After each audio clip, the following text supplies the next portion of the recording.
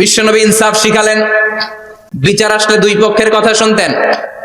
বিশ্বনবীর স্ত্রী সাওদা এসে বলে, নবী, আমি আপনার কুমারী বউ আয়েশার ঘরে তরকারি নিয়ে গিয়েছিলাম, ঝোল নিয়ে গিয়েছিলাম, কোন বর্ণনায় পায়েস নিয়ে গিয়েছিলাম। তরকারি দেওয়ার পরে আপনার স্ত্রী রেগে বলে, তরকারি দিলা কেন? আমি কি তরকারি রাঁধতে পারি না? আনলা কেন? রাগের চোটে তরকারির ঝোল নিয়ে পায়েস নিয়ে আমার গালের মধ্যে মাখিয়ে দিয়েছে আপনার বউ। আপনি তো শ্রেষ্ঠ বিচারক, নবী বিচার করে দেন। দুই বউয়ের মধ্যে ঝগড়া আছে না নাই? বিশ্বনবী সাউদার কথা শুনলেন, মা আয়েশাকে ডেকে পাঠালেন। মা আয়েশারে বললেন, মা আয়েশা, আসলে এমনটা করেছো নাকি? মা আয়েশা বলেন, নবী, তখন আমার মেজাজটা বড্ড গরম ছিল, রাগের মাথায় ঝোল নিয়ে আমি সাউদার মুখে লাগিয়ে দিয়েছি। আসলে কাজটা ঠিক হয় নাই, আমারে ক্ষমা করেন। বিশ্বনবী দুইজনের কথা শুনে ঠান্ডা হয়ে বসলেন। সুবহানাল্লাহ।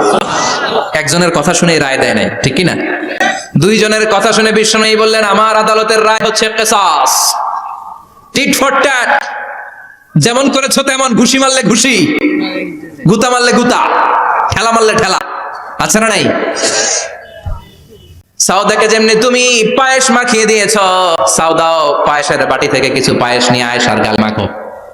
সুবহানাল্লাহ পড়েন। সাউদাও বিশ্বনবীর রায় অনুযায়ী বাটি থেকে পায়েসের ঝোল নিয়ে মা আয়েশার গালের মধ্যে মেখে দিলেন। মা আয়েশা কি আর করবেন, হেসে দিলেন। সাইয়েদাতুনা সাউদাও হাসলেন, বিশ্বনবীও হাসলেন। আরশের উপর থেকে খুশি হয়ে গেল কে?